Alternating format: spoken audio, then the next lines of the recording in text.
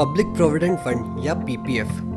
क्या आपको पीपीएफ में इन्वेस्ट करना चाहिए और पीपीएफ का एग्जैक्टली पर्पस होता क्या है? Hello everyone, I am Anmol Gupta, your host for the show money की बात। और आज मैं पीपीएफ के बारे में बहुत ही बेसिक क्वेश्चंस आंसर कर रहा हूँ। तो स्टार्ट करते हैं ये जानकर कि पीपीएफ का एग्जैक्टली पर्पस क्या होता है। अगर आप सैलरीड एम्प्लॉय हैं तो आपने मोस्ट लाइकली पीएफ या फिर प्रोविडेंट फंड के बारे में सुना होगा।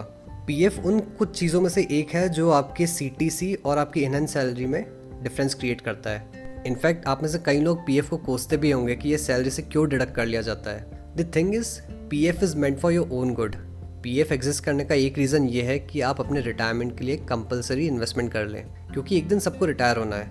एक एज के बाद आप सैलरी नहीं कमा पाएंगे, तो रिटायरमेंट के बाद लाइफ जीने के लिए आपको पैसा चाहिए, राइट? और उसके लिए आपको इन्वेस्टमेंट पहले से करना होगा। तो पीएफ का पैसा इंटरेस्ट के साथ आपको रिटायरमेंट पर वापस मिल जाता है।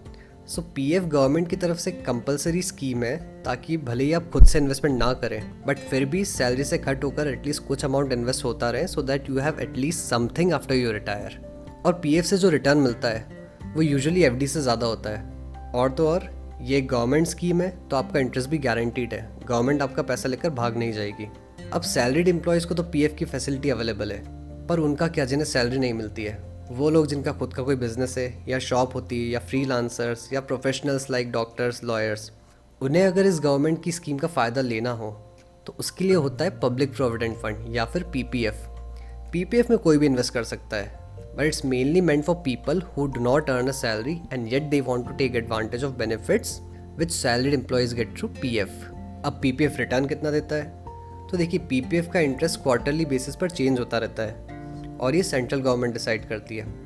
करंटली पीपीएफ का इंटरेस्ट रेट 7.1% है, बट पिछले कुछ सालों से ये 8% के आसपास रहा है। अब बात करते हैं पीपीएफ के बेनिफिट्स की। पीपीएफ का एक सबसे बड़ा बेनिफिट है नो रिस्क। पीपीएफ एक गवर्नमेंट बैक्ड स्कीम है, तो यू कैन बी अश्योर्ड कि आपका पैसा डूबेगा नहीं। दूसरा एक बहुत बड़ा बेनिफिट पीपीएफ का ये है कि पीपीएफ एक बहुत ही अच्छा टैक्स सेविंग इन्वेस्टमेंट है। आप जो भी अमाउंट पीपीएफ में इन्वेस्ट करते हैं वो आप under section 80C tax saving investment की तरह क्लेम कर सकते हैं। और इनफैक्ट पीपीएफ से जो मैच्योरिटी पे आपको रिटर्न मिलता है, जो इंटरेस्ट मिलता है, उस पर भी कोई टैक्स नहीं लगता है। In contrast to fix deposits या अदर टाइप ऑफ डिपॉजिट्स, जब आप इंटरेस्ट कुछ कमाते हैं तो आपको उस पर टैक्स देना पड़ता है, but in case of PPF you don't have to pay any kind of tax on your returns as well. अगर हम बात करें पीपीएफ की लिमिटेशंस की, तो मैं 2 लिमिटेशंस बताऊंगा। पहली ये कि पीपीएफ में 15 साल का लॉक इन होता है।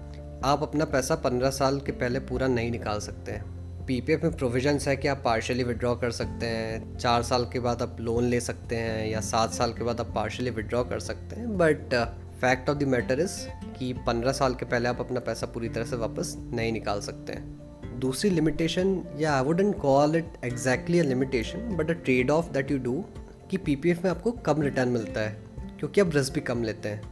15 साल के हिसाब से जो आपको रिटर्न मिलता है 7 से 8%, वो कम होता है, क्योंकि 15 साल में अगर आप इक्विटी म्यूचुअल फंड या स्टॉक्स में इन्वेस्ट करेंगे तो आप 12 से 15% रिटर्न कमा सकते हैं। बट पीपीएफ में आपको 7 से 8% के बीच का कुछ रिटर्न मिलेगा। बट अगेन, अगर आपको स्टॉक मार्केट्स या इक्विटी म्यूचुअल फंड्स में ज़्यादा रिटर्न मिल रहा है तो आप उसके लिए ज़्यादा रिस्क भी ले रहे हैं। तो अब हम आते हैं हमारे मेन क्वेश्चन पर कि आपको पीपीएफ में इन्वेस्ट कब करना चाहिए। When should you invest in PPF?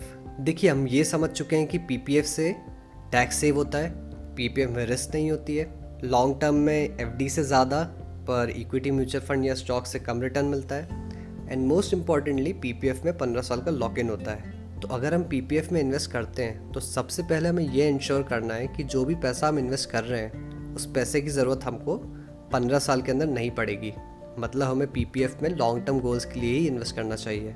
अगर आपको किसी गोल को पूरा करने के लिए 5 से 6 साल बाद अगर पैसे लग सकते हैं, उसके लिए पीपीएफ सही ऑप्शन नहीं है। और पीपीएफ में तभी इन्वेस्ट करें जब आपकी रिस्क टेकिंग कैपेसिटी थोड़ी कम हो, क्योंकि अगर आप थोड़ी रिस्क ले सकते हैं तो आपके पास बेटर ऑप्शंस अवेलेबल है लॉन्ग टर्म के लिए। You can invest in equity mutual funds, you can invest in stocks and get better returns. Even though आप इक्विटी म्यूचुअल फंड या स्टॉक में इन्वेस्ट करके टैक्स नहीं बचा पाएंगे, पर जो आपको उससे रिटर्न आएगा वो टैक्स सेव करने से कहीं ज़्यादा होगा। इनफैक्ट सिर्फ इसी टॉपिक पर I come up with a dedicated episode with calculations. और जहाँ तक बात रही टैक्स सेव करने की है, तो देखिए, इन्वेस्टमेंट्स कभी भी टैक्स सेव करने के लिए नहीं किए जाते हैं। आप इन्वेस्टमेंट करते हैं अपने गोल्स को पूरा करने के लिए, और वो इन्वेस्टमेंट अगर टैक्स भी सेव कर पा रहे हैं, so that's an added advantage. But you should never do an investment just to save tax.